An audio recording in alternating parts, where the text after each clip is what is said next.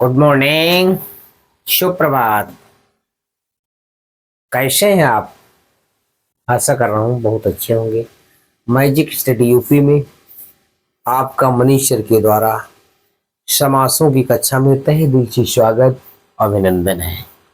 आज समासों में आप लोगों को इतना आसान तरीका बताने वाला हूँ समास का, जिससे आप बहुत आसानी से समासों के बारे में सीख लेंगे।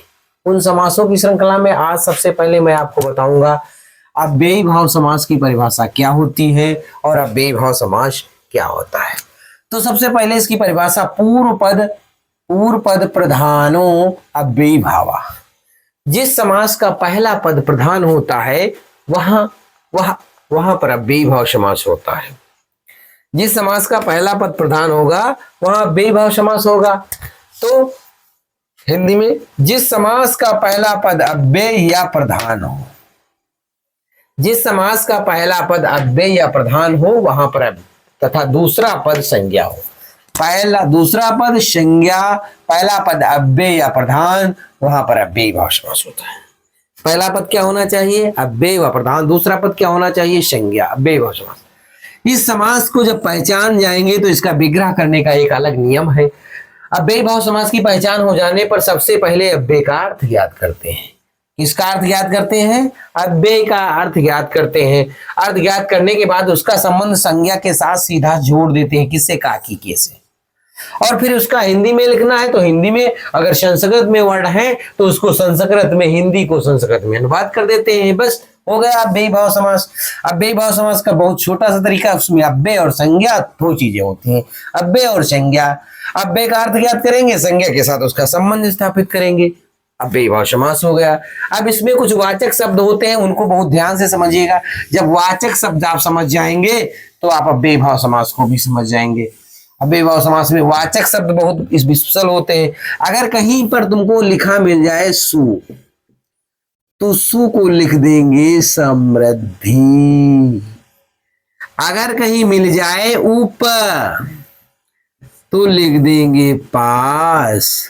अगर मिल जाए अनु तो लिख देंगे पश्चात या फिर बाद, दोनों लिख सकते हैं। अगर अनु मिल रहा है तो पश्चात या बाद लिख सकते हैं। अगर मिल जाए यथा तो लिख देंगे अनुसार। अगर मिल जाए आपको क्या? आ, तो आ का क्या लिखेंगे? कोई बता सकता है? जल्दी बताएं, आ का क्या लिखेंगे? अगर आ मिला तो लिख देंगे तक या फिर भर। अगर मिल रहा है आपको दूर, कहीं मिल जाए दूर वाला वर्ड, तो दूर का क्या लिखेंगे? जल्दी बताओ, जल्दी बताओ। दूर का क्या लिखेंगे? वृद्धि लिखेंगे। अगर मिल जाए नीर तो क्या लिखेंगे? अभाव लिखेंगे।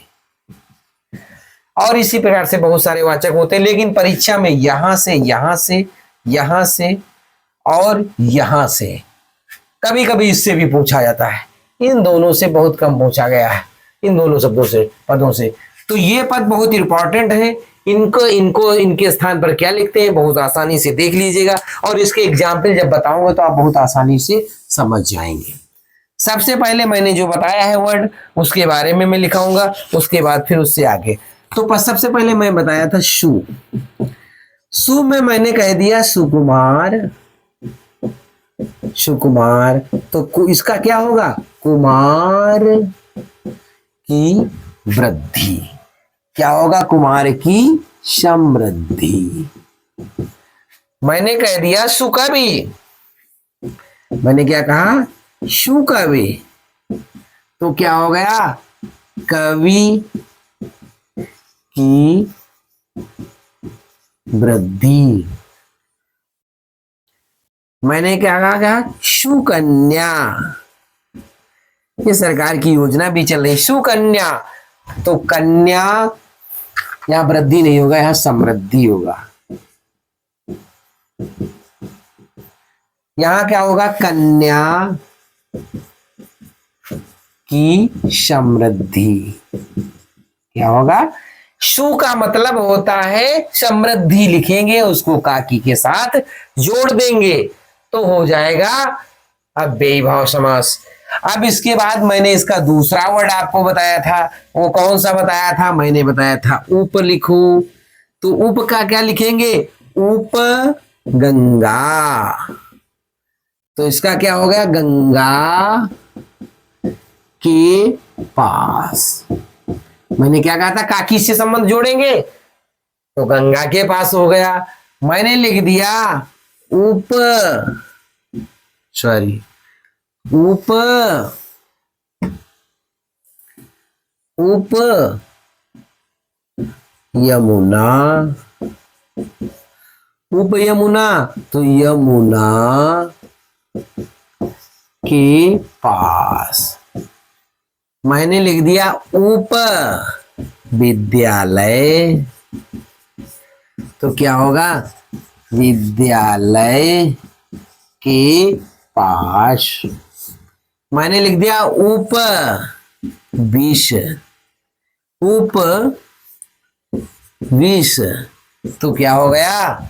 विष के पास। कहने का मतलब पास लिखना है हमें। उप का उप के स्थान पे हमको पास लिखना है, काकी के से संबंध जोड़ना है, बस वही उपपास हो। ओके। अब मैंने तीसरा वर्ड आपको कौन सा बताया था? जल्दी बताओगे? मैंने बताया था अनु। तो मैंने क्या कहा? अनुरूप। तो क्या होगा? रूप के पश्चात। पश्चात या फिर बाद, जो लिखना चाहो दोनों सही होंगे। अनुरूप है रूप के पश्चात या रूप के बाद। और कोई बताएगा? और मैंने क्या कहा? अनु प्रिया। तो प्रिया, प्रिया के बाद या पश्चात। मैंने कह दिया अनु। बार बार पूछा जाने वाला शब्द विष्णु। अनु विष्णु, तो विष्णु के बाद या फिर पश्चात, दोनों लिख सकते हैं। तो अनु का मतलब यहां पर हो रहा है बाद या फिर पश्चात, बाकी उसको काकी के साथ जोड़ा जा रहा है। ओके, समझ में आ रहा सभी लोगों को? काकी के साथ इनके संबंध को जोड़ा जा रहा है। इसके बाद मैंने बताया था यथा, बार बार परीक्षा में पूछा जाने वाला शब्द यथा शक्ति। बहुत बार पूछा जाने वाला शब्द है ये यथाशक्ति। तो क्या होगा? शक्ति के अनुसार। क्या होगा? ये शक्ति के अनुसार। यथा रूपम, मैंने कहा यथा रूप। तो क्या होगा? रूप के अनुसार। मैंने क्या कहा था? यथा के स्थान पर क्या लिखेंगे? अनुसार लिख देंगे। मैंने कहा यथा विधि। पिछली बार पूछा गया था ये क्वेश्चन कि यथा विधि क्या होता है, स्कूल में पूछा गया था। तो क्या होगा? विधि के अनुसार। ये पिछली बार ही परीक्षा में पूछा गया है। यथा विधि। मैंने कह दिया कि यथा कर्म, यथा कर्म। तो मैं क्या कहा? कि क्रम के अनुसार। बात समझ में आ रही है? मैंने कहा यथा क्रम, यत क्रम के अनुसार। मैंने कहा यथा संभव। मैंने क्या कहा? यथा संभव, तो संभव के अनुसार। बहुत ध्यान से समझिएगा, ये बार बार परीक्षा में पूछे जाने वाले सवालों में से शामिल है। ये बहुत इंपॉर्टेंट वर्ड है, वेरी इंपॉर्टेंट, जिसको कहते हैं आप लोग। तो यथाशक्ति शक्ति के अनुसार, यथा रूपम रूप के अनुरूप, यथा विधिम विधि के अनुसार, यथा क्रमम क्रम के अनुसार, यथा संभव संभव के अनुसार। ओके। इसके बाद मैंने एक शब्द और आपको बताया था। इस प्रकार से अव्ययी भाव समास के इतने आसान आसान शब्दों को मैं बता रहा हूं, इतनी आसानी से सीख जाओगे कि कहना नहीं। मैंने कहा था क्या? आ। अगर कहीं आ जाए तो क्या लिखेंगे? मैंने लिख दिया जन्म, अजन्मा। मैंने क्या लिख दिया? अजन्मा। तो सबसे पहले आएगा जन्म, जन्म भर, इसमें तो जन्म भर आएगा कि जन्म के तक आएगा? अजन्मा में जन्म भर और जन्म तक दोनों लिख सकते हैं, जो चाहो वो लिख लो, दोनों सही माने जाएंगे। जन्म भर और जन्म तक, ज्यादा तक तो जन्म तक सही रहेगा, क्योंकि अजन्मा भी जन्मा नहीं है, तो जन्म तक ये शब्द प्रयुक्त किया जाएगा। क्या लिखा जाएगा? जन्म तक लिख दिया गया। आगे मैंने कह दिया आजीवन। क्या कहा? आजीवन। जल्दी बोलो, आजीवन। जल्दी बोलो, जीवन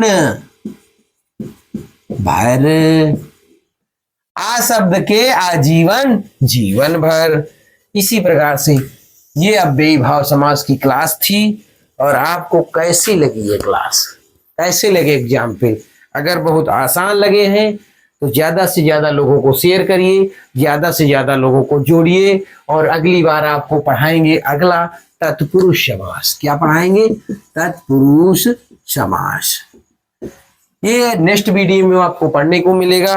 और ज्यादा से ज्यादा लोगों को शेयर करिए, दोस्तों को बताइए कि मैजिक स्टडी पे जल्द से जल्द जुड़े। लाइव सेशन में रात को 9 बजे जुड़ सकते हैं। और ये सुबह की क्लास है, सुबह की क्लास में आपको अगली बार तत्पुरुष समास पढ़ाया जाएगा। या okay, bye bye, thank you.